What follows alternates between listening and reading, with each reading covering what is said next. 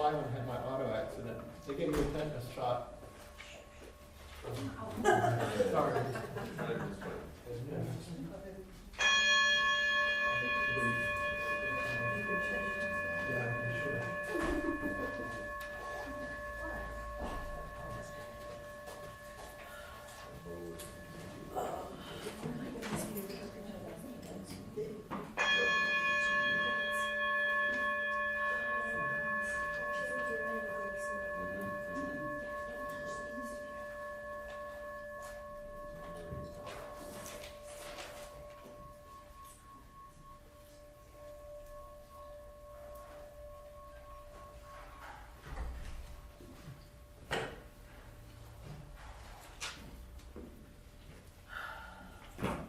Good morning, everybody.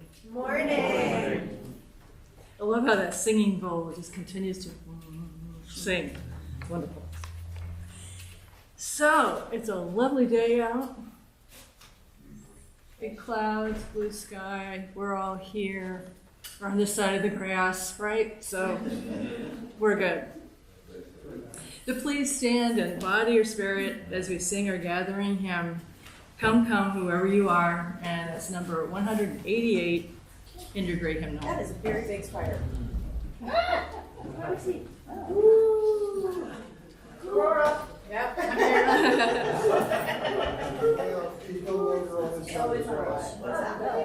There's a very big spider. I almost stepped on it. It's not living. Switch. Not living. I don't care. It still gave me. So that is being managed. We're going to sing this together 2 times as a group and then 2 times split. Heather is going to lead the first part. We're going to split right down the middle. I'm going to lead the second part.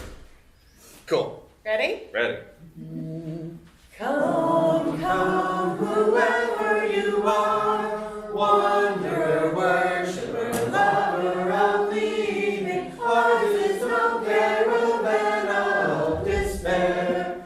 Come yet again, come. Come, come, whoever you are, wanderer, worshiper, lover of leaving, ours is no caravan of despair. Come yet again, come. Come, come, whoever you are, wanderer, worshiper, lover of leaving, ours is no caravan, lover of leaving, ours is no caravan of despair. Come yet again, whoever you are, wanderer, worshiper, lover of leaving, ours is no caravan, lover of leaving, ours is no caravan of despair. Come yet again, come.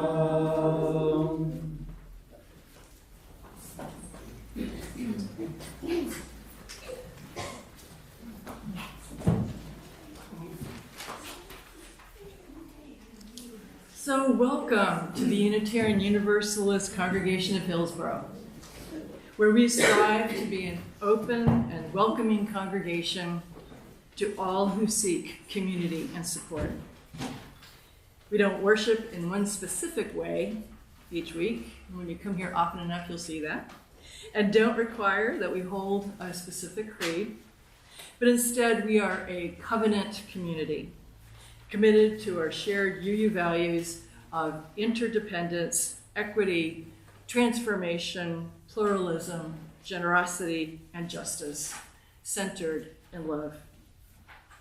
We offer loving support for each other in our individual, lifelong quest for truth and meaning in matters of our personal faith. So whoever you are, member, guest, or friend, and for whatever reason or purpose guided you here to join us today, either in person or online, we welcome you. So in the spirit of welcoming, please turn to your neighbor and wish them a good morning. Good morning.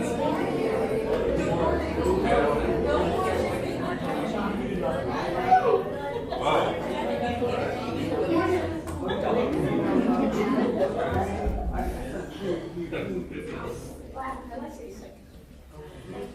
So my name is Linda Seligman, and I'm the worship coordinator. And Valerie Howard is our special speaker today.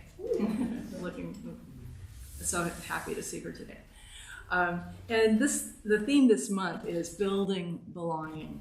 And as a lay-led congregation, there are many contributors and many folks behind the scenes who make our services possible. So we give a big thank you to all the folks out here who do things. And makes this place a great place to be able to gather, learn, grow in spirit and love and community. And this is an excellent time to make sure that your cell phone is on what we call worship mode. That means quiet. And we appreciate that. Thank you. After the service, we'll meet here for coffee or tea in the back of the sanctuary. And we welcome you to come and stay. And let's get to know each other better, especially if you're new to our congregation today. And before we create a time of worship, let's take a moment to share some special announcements. You'll notice on the back of your order of service, there are some, but if there are some other announcements we have, come on out.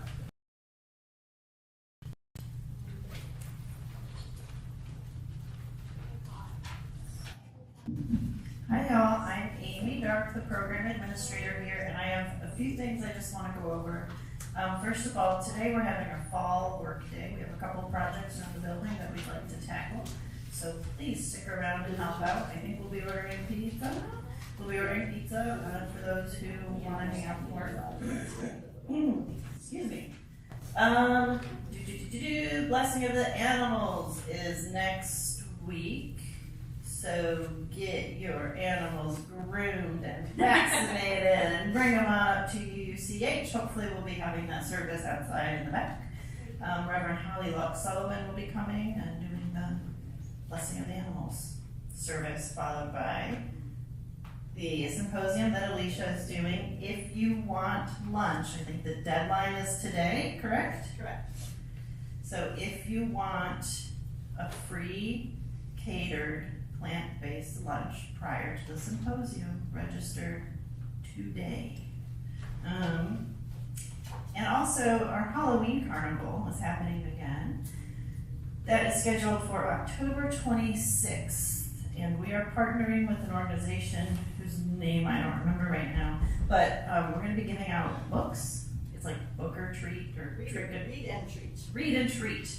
So if you have new or gently used books at home, mainly children's books, bring them on up here. Make a donation. We will use what we can. We might add some to our library if they're not picked up, or donate them to whomever afterwards. But it'd be a really good time to clean out your home libraries and bring them up here so we can share the joy and get books in the hands of children.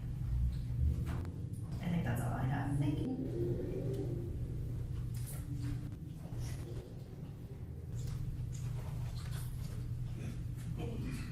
Hi, I'm Don, and I wanted to announce that some of you might know Kira Deerlick. This is from a friend of a friend who knows Kira pretty well. And her memorial service, here's what I'll read. It's hosted by her sons Murat and Nedem. Her celebration of life will be Saturday, October 4th, 2 p.m. to 6 p.m. at 250 Hemamelis Lane, which is in Pittsburgh. It's across the Powell River from Pittsburgh, and that's her house where she lived. But I wanted to announce that for anybody that knew Kira.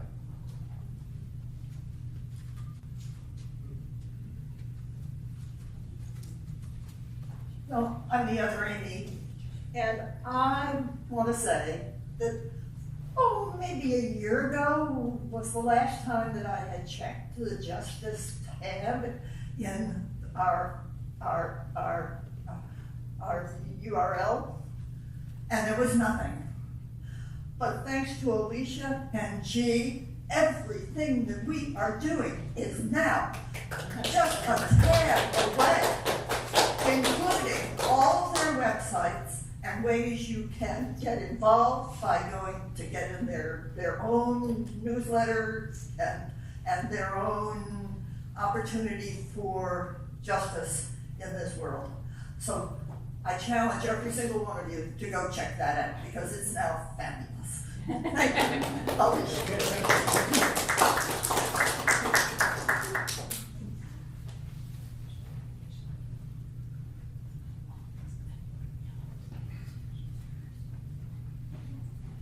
Hi, Alicia.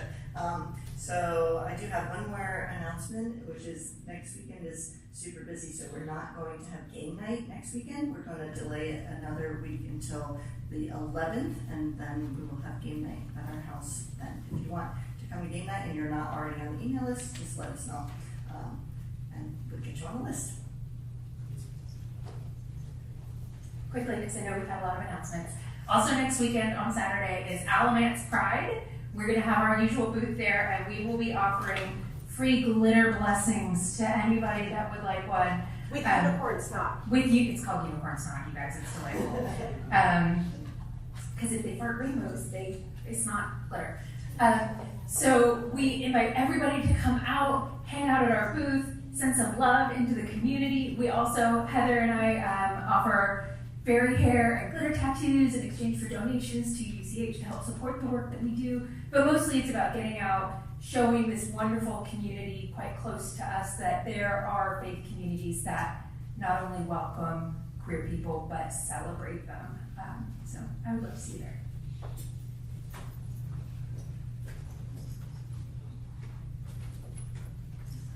So if you're a person and you like to perform or play music, our theme next month is Cultivating Compassion, and on October 26th, I would still love to have someone want to do an offertory for that. It can be on the theme, pretty much anything PG rated you want. I can learn to play a song for you if you just want to sing. Just let me know after the service, before the service, by text if you're interested in performing an offertory next month.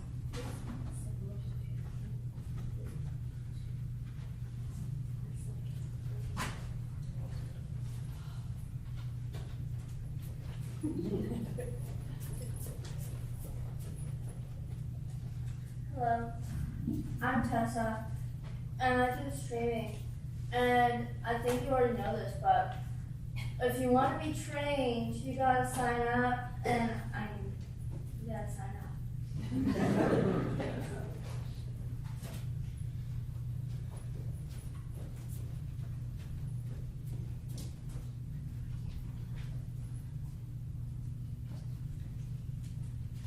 And first we'll begin with our chalice lighting.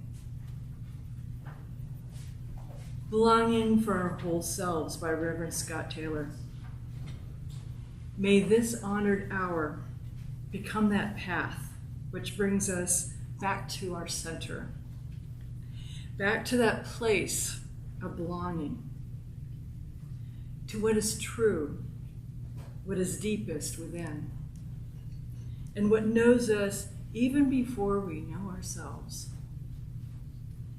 In this space, may we come to remember that we are held and welcomed here, and welcomed whole, without any need to hide or withhold a single piece or part of who we are.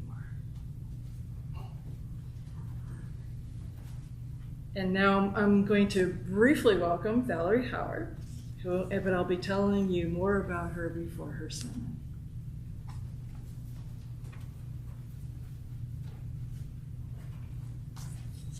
Hello, humans. I see some familiar faces and some new faces. I've been here before, so I'm glad to be back. And I'm going to be reading One Love by Reverend Dr. Hope Johnson. We are one, a diverse group of proudly kindred spirits, here not by coincidence, but because we choose to journey together. We are active and proactive. We care deeply. We live our love as best we can. We are one, working, eating, laughing, playing, singing, storytelling, sharing and rejoicing, getting to know each other, taking risks, opening up, questioning, seeking, searching, trying to understand, struggling, making mistakes, paying attention, asking questions, listening, living our answers, learning to love our neighbors, learning to love ourselves, apologizing and forgiving with humility, being forgiven through grace, creating the beloved community together. We are one.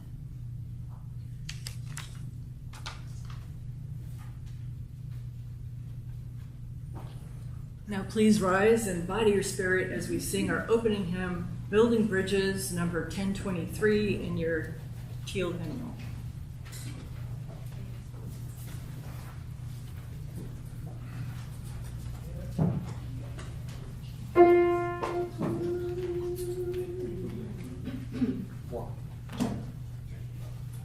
Building bridges between our divisions, I reach out to you, will you reach out to me? With all of our voices and all of our visions, friends, we could make such sweet harmony. Building bridges between our divisions, I reach out to you, will you reach out to me? With all of our voices and all of our visions, friends, we could make such sweet harmony. Building bridges between our divisions, I reach out to you, will you reach out to me? I reach out to voices and reach out our visions. With all of our voices and all of our visions, friends, we could raise such sweet harmonies. I reach out to bridges, will you reach out to visions? I reach out to voices and reach out our visions. With all of our voices and all of our visions, friends, we could make such sweet harmony.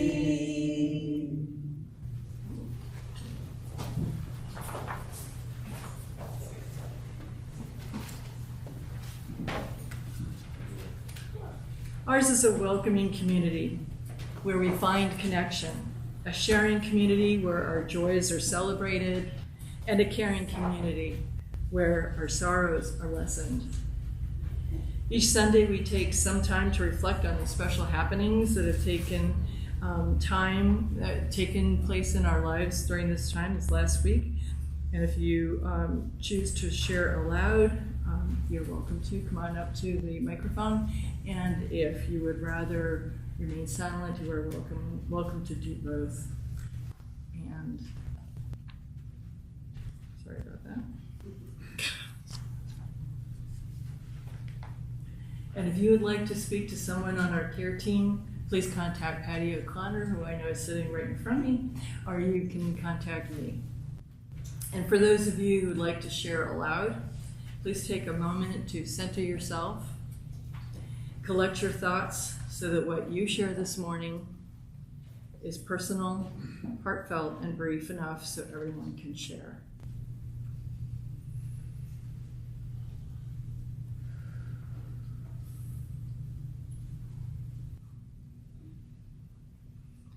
And now please come forward, tell us your name, and share what is in your heart. And when you're finished, you may release a stone into the vase on the altar, which symbolizes our communal collection between our experiences and strengthens the bonds between us. And we do not record what is shared aloud, so for those who are joining us online, there'll be a short break while people here speak. And if you would like to share your joys or concerns with us, please put it in the chat and tell us if you'd like us to read it out loud, and we will drop a stone for you.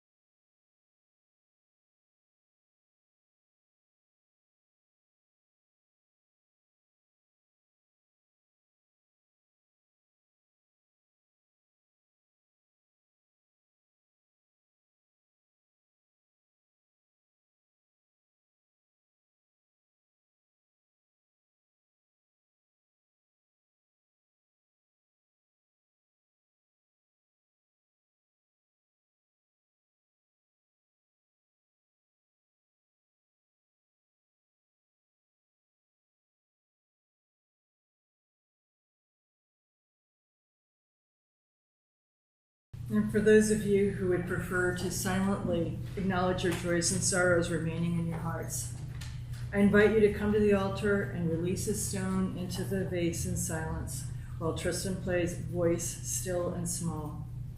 And after he plays it through one time, you're invited to sing this meditation song, and the words are printed in your order of service.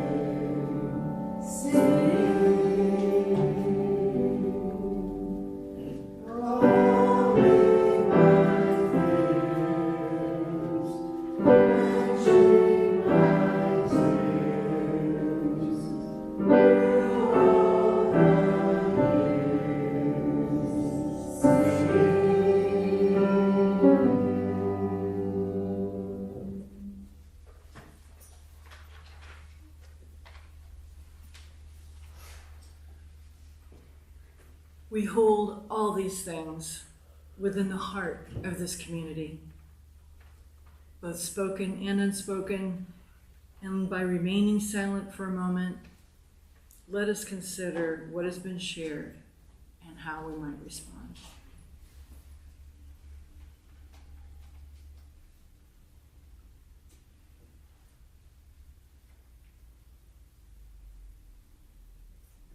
And let us close with Amen and blessed be. Amen. Blessed be. Now, could we have an update from our RE folks? We are going to be continuing our Sacred Story skits. We're going to start, our stage crew's going to start designing our sets today. We're going to do our second read-through for our actors. Wow, sounds very busy. Well, let's sing our beloved children to class with a children's blessing, located on the inside back cover of your gray hymnal.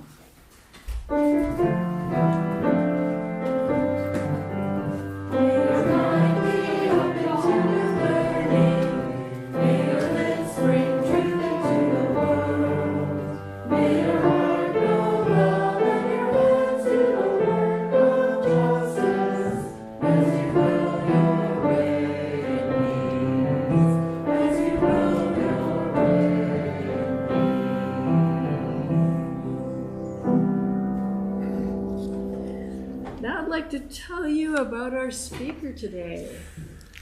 He's one of my buddies. Valerie Howard has spoken here several times and is a chaplain at UNC Rex Hospital, as well as a published editor and activist promoting humane, liberative theology, encouraging interfaith community, and advocating for the oppressed and the silenced. She is a theological activist, correcting religious fallacies and combating religious extremism, which are often the source of many social oppressions. Valerie is a podcast host of Anti, with a new podcast coming out soon entitled Jerry Mads, giving voice and humanity back to the marginalized.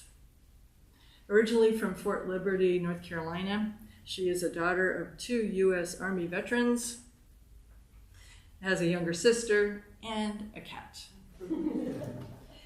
Valerie holds a master's in counseling and theology and a postdoctoral certificate in chaplaincy.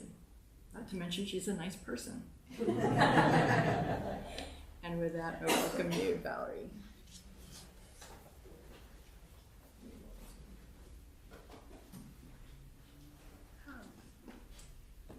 It's good to be back.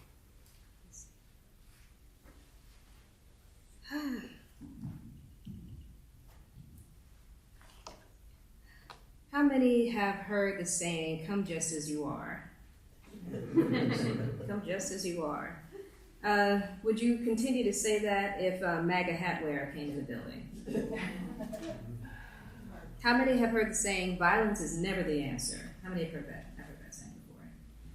Would you say that, or would you have said that in the year 1990 when South Africa liberated itself? How many have heard the saying, "We need everyone's perspectives. Don't burn books"? I know I've heard that one. Don't burn books. I mean, really, are you sure? Are you sure you don't want to burn books? You don't want to burn all books? Are you sure? It's upside down. Yeah, you remember that one? It's upside down. No, really. I mean, you remember the truck? Oh. Yeah, that's the point. Yeah. Are you sure you don't want to burn all books? Are you sure? Yep. I mean, I'm being humorous, really, but these are meant to provoke you, not frustrate you. These are intended to make you ponder. Oh, that is my hand. Please subscribe. Podcast. I didn't recognize that, so sorry.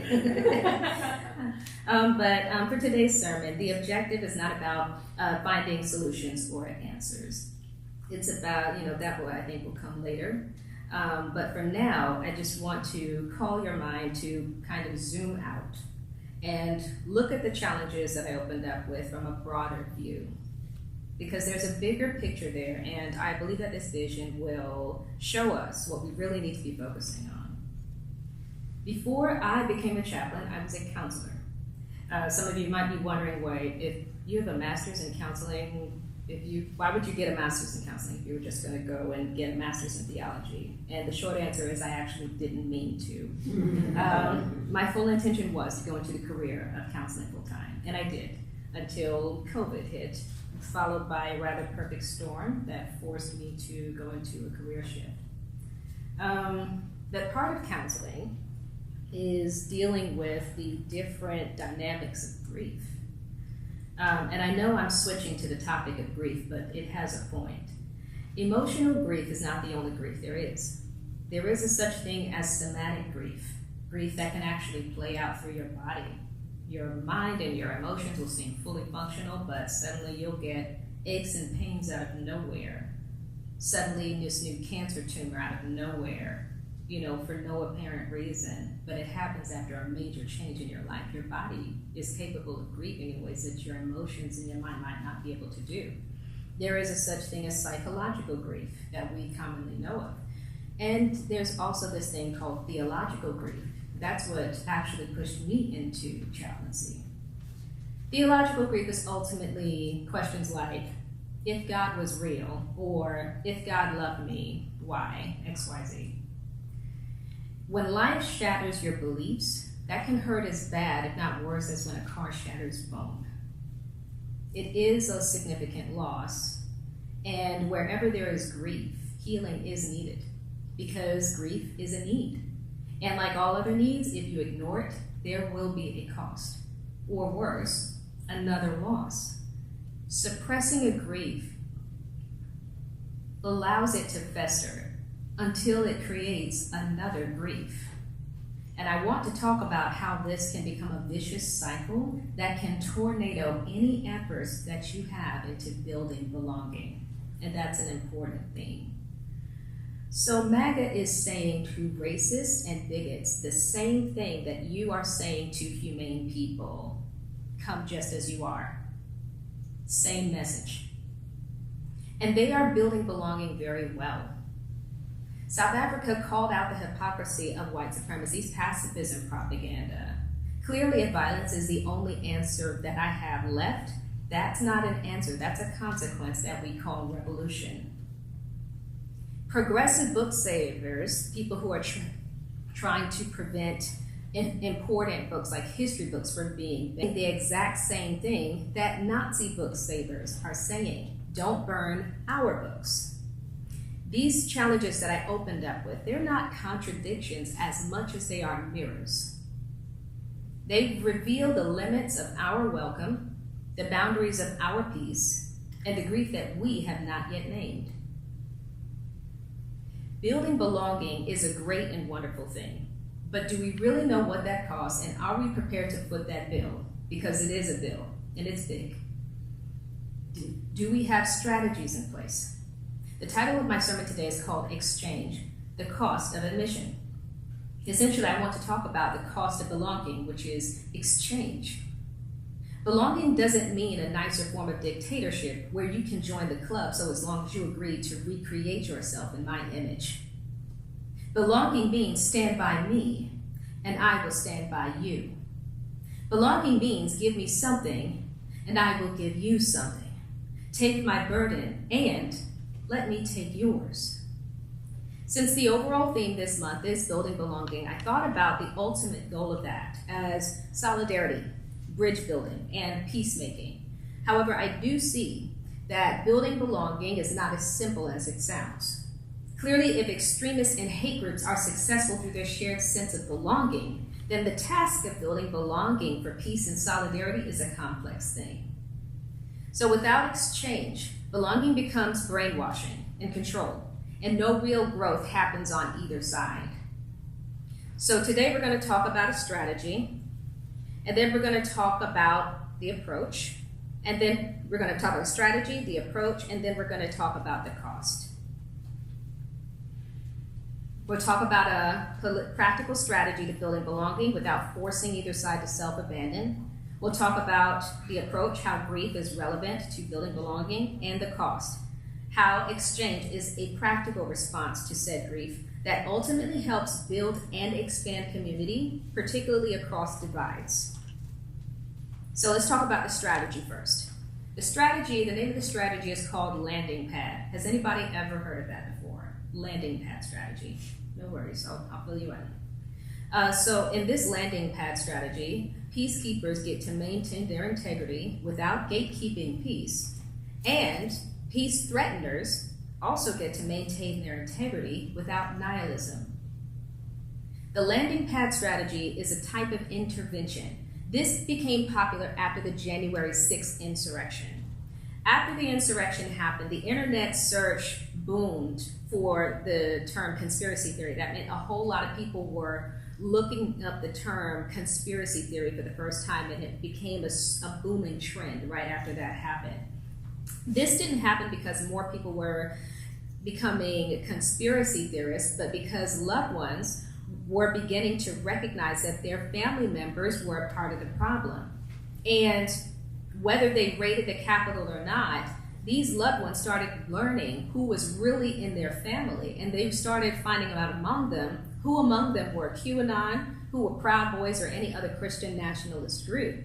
And the reason why they were researching conspiracy theories, they were trying to find out how to convince their lost family members back into sanity. And sociologists and therapists recognized that cry for help and answered it. So what sociologists and therapists were saying is that they basically recommended this landing pad strategy. It was simple enough to understand, but quite effective as well.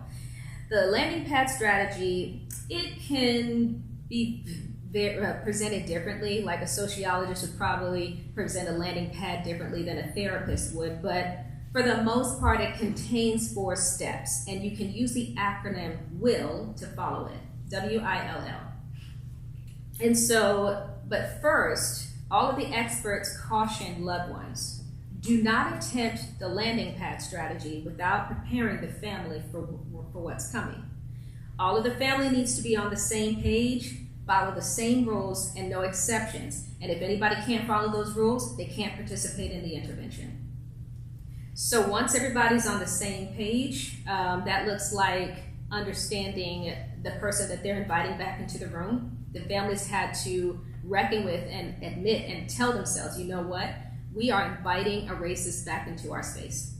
We know that. We are inviting a bigot back into our space. We're inviting a narcissist back into our space. We know that. They are going to say things to make us angry. They're going to say things to hurt us, to offend us. We know that. And you have to get on the same page and accept that, horrible as it may be. But that's the first step to preparing to implement this landing pad strategy. So when you're looking at your MAGA hat wearers or your book burners or your Klansmen or whatever it is, because they are here, you have to accept that that's who they are, and that if you're really trying to build belonging, just go ahead and accept that they are going to try and do or say things to trigger that, to trigger you, to hurt you, to offend you.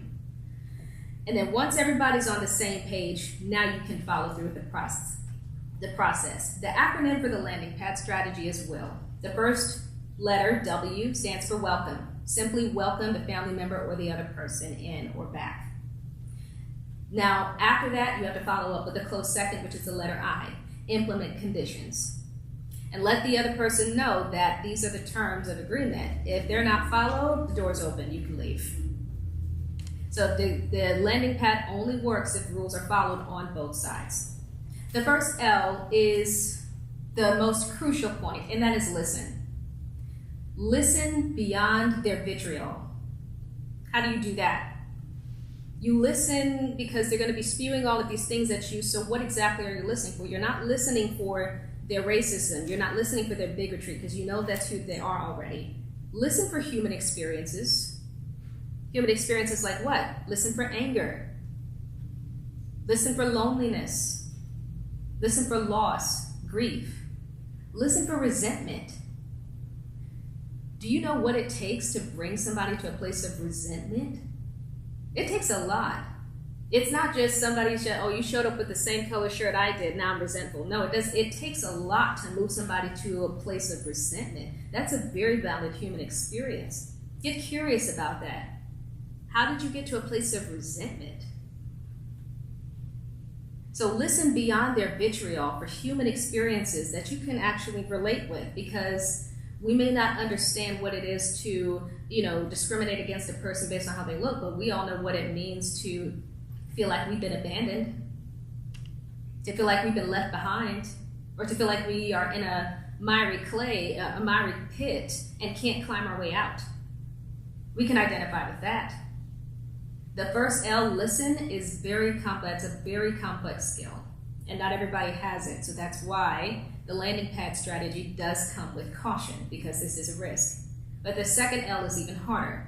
Love them. And that's harder to do.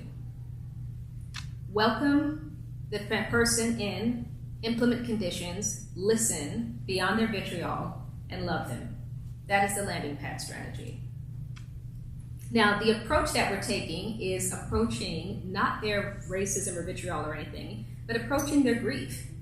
As a counselor, I understand that when I'm working with a child who is, they're exhibiting these fits of rage, they won't behave, they won't calm down. Every time you tell them to settle down, they get angrier.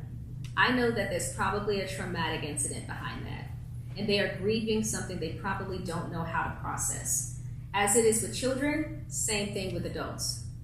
If there is this extraordinary level of rage, either within you or someone you know, that you cannot contain every time you get around a certain kind of person or something is said, or if they get triggered off by any one particular thing, there's a grief there.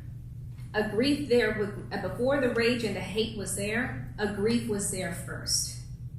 And so you treating the hatred is like just treating the symptom instead of identifying and treating the root cause. And if you just treat the symptom, it might look better for a little while, but ultimately it's going to come back until you actually address the root problem that got it there. And most hatred originates from grief. So the approach of grief is that sacred work often requires a down payment of sacrifice up front. And this is the exchange part of it.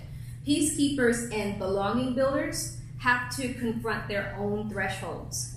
I think that sometimes we think of peace as beautiful meadows full of grass and flowers and the sun with butterflies and hummingbirds. That's what we think of peace, right? But then we forget that there's a such thing called rain and tropical storms, and then there are floods, and then there are lightning strikes that can start fires. You're not going to find any safe place in this world where there's not at least a little bit of chaos in the corner. The womb is safe, but birth is traumatic. That's why we call it the miracle of life. Not everybody makes it. Schools are safe, but, you don't even have to take it there necessarily.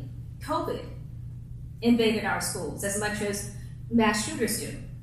Cold, flu, pneumonia, tornado drills happen in schools for a reason. Fire drills happen in schools. There are safety exits in this sanctuary. There is no safe place that is not going to have some kind of exit strategy built in. And so we have to understand that peace is just a part of a bigger process called life. I think we sometimes like to think of peace as this kind of virtue, like it's over here and chaos is all the way over there. I don't think so. I think they're two in the same circle. And I think both peace and chaos are a part of life. And if we can see peace and chaos that way, I think we can start to see peace builders and peace threateners as also two in part of the same circle. I know that's hard to bear with because we like to see ourselves as us and them, but bear with me for a moment. Now you might be looking at me and shaking your head like, no, Valerie, because life is naturally full of ups and downs and good and bad, but those people, they're monsters, and that's different. I question that and say, are you sure? Because to me, it seems like we're building belonging in a response to isolation and loneliness. Like isolation and loneliness, as a therapist, I would call that a grief. Sociologists, therapists, family systems theorists all agree. Rage is a symptom of neglected grief. And building belonging is not just about making room for others. It's about making room for our ability to transform in the process. MAGA, Klansmen, book burners, they're not all like isolated incidences threatening peace. They are consequences of grief, fear, and isolation on an intergenerational scale. I can prove it to you, and I can take you back to the Civil War. When that happened, the Confederacy lost. They didn't just lose a drama competition, you guys. They lost a whole war. Mothers lost husbands, sons, family members, children, money makers, and it devastated their family and their personal economy. Whether we like how the outcome, whether we think that was fair or not, that's actually what happened, and they bore grief from that. Since then, that grief was covered up. They put a blanket over it, they put a Band-Aid over something that required intensive surgery, and this country has never addressed that problem. And that grief has been allowed to sit there and fester and fester and fester, and it has caused more and more griefs to be born out of that ignored grief. And more griefs are turning into rage and anger. And now, I think it was the reporter, her name is Joy Reid, she asked a very important question. Why is it that, the Republicans right now, they have the White House, they have the Senate, they have the Justice Department, why are they still angry? They're outraged. They have everything they want. They are still angry. It's like nothing makes them happy. That, as a therapist, I identify that as grief. Because they're trying to use a tangible solution to resolve an intangible problem, and that's not going to work. As a therapist, I can see that. But when we're talking about building belonging, especially across divides, something that's going to impact this country for the better, at some point, that divide has to close. And it can only close when we see that we and them are actually two in the same circle. There is a connection there. It may be hard to look at, it may be ugly, it may be gross, it may be devastating, it may make you nauseated. But there is a connection there that tethers us both. And we have to trace back, find that connection, and begin to close that divide. There is no other way.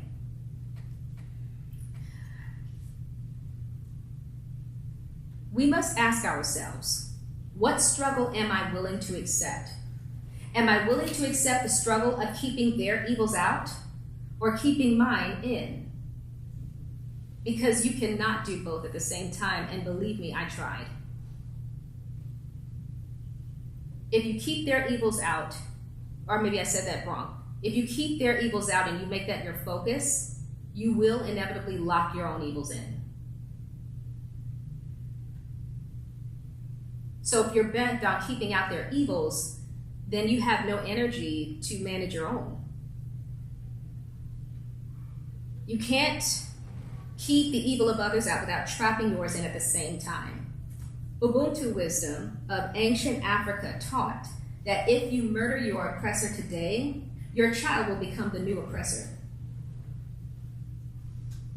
The caveat about oppressors is that if we suppress their grief today, it will evolve 7 times over tomorrow. If we don't make the room for the grief of the oppressor, then we are going to be at the mercy of the next one. Grief is sacred work enough, but making space for your enemy to grieve is not a perversion of love. I'm here to tell you that that is actually demonstrating love to the highest degree. Let's land this plane and bring it to a close. Let's talk about now the cost, the last step. The cost is exchange, as I've been saying. But what does that look like, and how can anything about them help us? As peace seekers, I think we know grief all too well. I think we're used to processing grief, more than them per se. And though nobody wakes up saying, you know what, I think I want to grieve today. Nobody does that. But I do think that we realize that grief is a real treasure when we're allowed to do it. There's dignity in that. The West particularly is a grief-averse culture. But ironically, as peacekeepers, I think we sometimes hoard grief like it's a sacred relic that can only be touched by the hands of those we approve of. The MAGA hat wearer, the conspiracy theorist, the book burner, they are grieving too.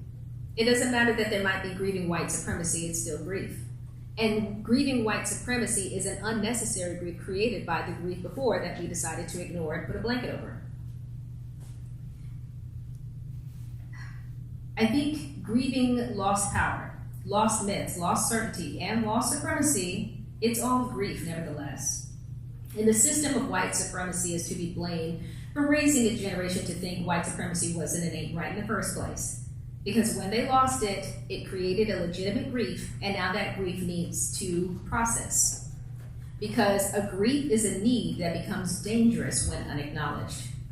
So if unacknowledged stress, for example, can end your life, of course, unacknowledged grief can warp your life, turning the most beloved humans into the most vile ones. To build belonging, we must recognize grief as a shared human condition. That's what brings the two ends of that circle together.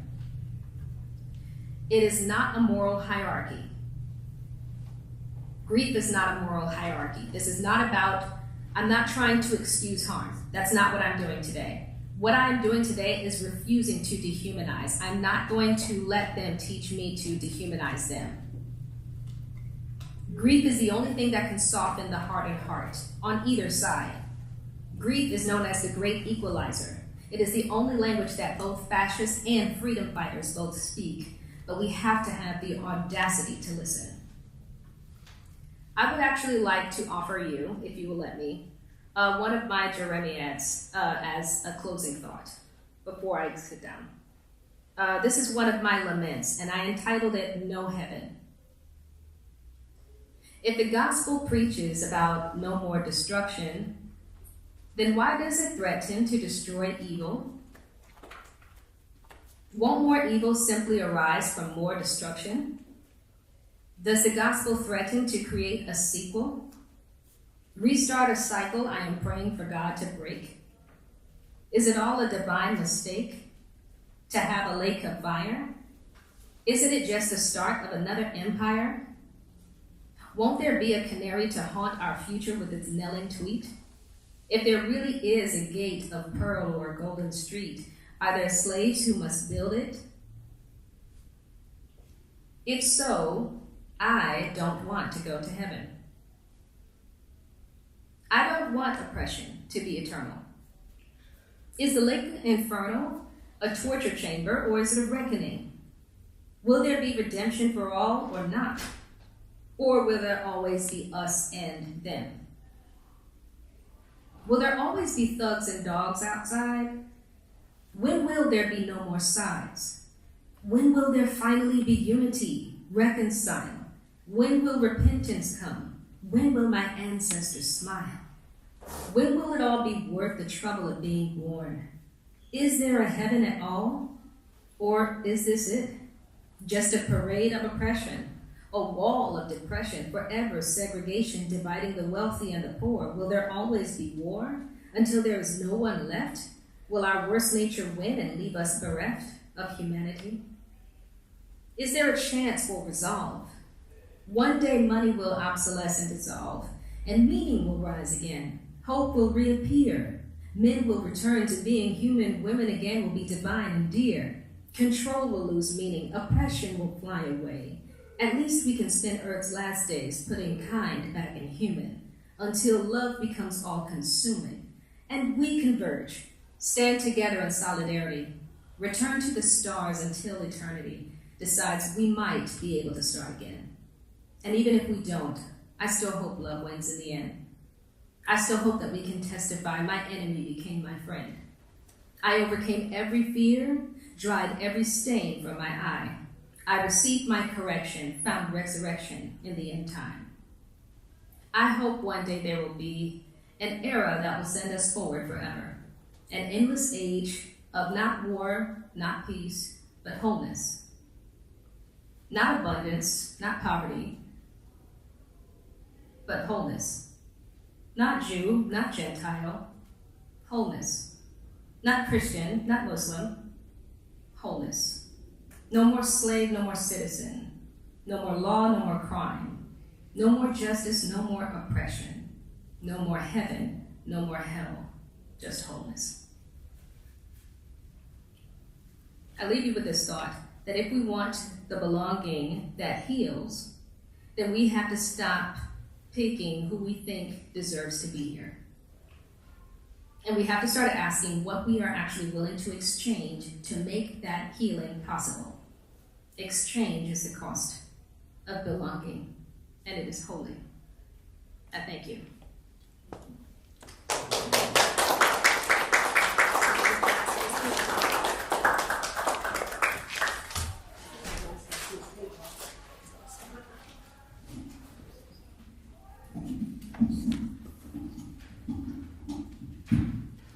Thank you very much, Valerie. That was awesome.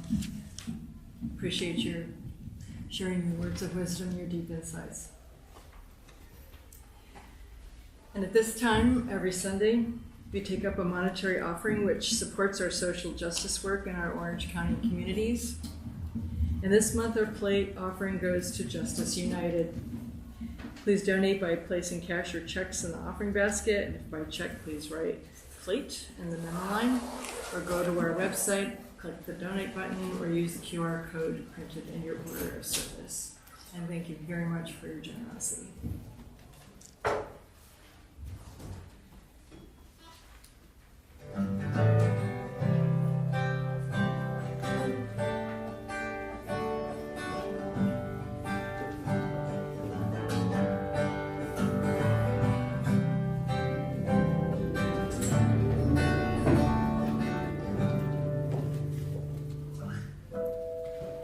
Will you come quick upon the hill?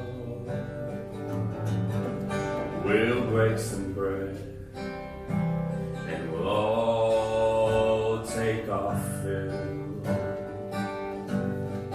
We'll have the greatest reason of all. We'll build a city or we'll fall.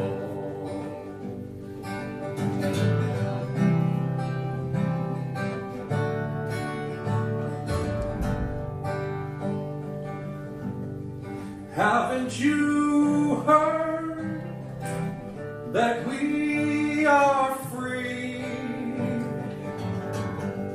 Haven't you traced your steps back from Calvary? We have the greatest reason of all. We'll build a city or we'll fall. We'll build a city without walls. So bring all your hammers, nails and your toes. Bring all you can spare and what you might use. Now lose your grip. We'll not need our hands today. We'll build a city as we pray. So bring all your hammers, your nails and your toes. Bring all you can spare and what you might use. Now lose your grip, we'll not need our hands today. We'll build a city as we pray. Whoa, whoa, whoa.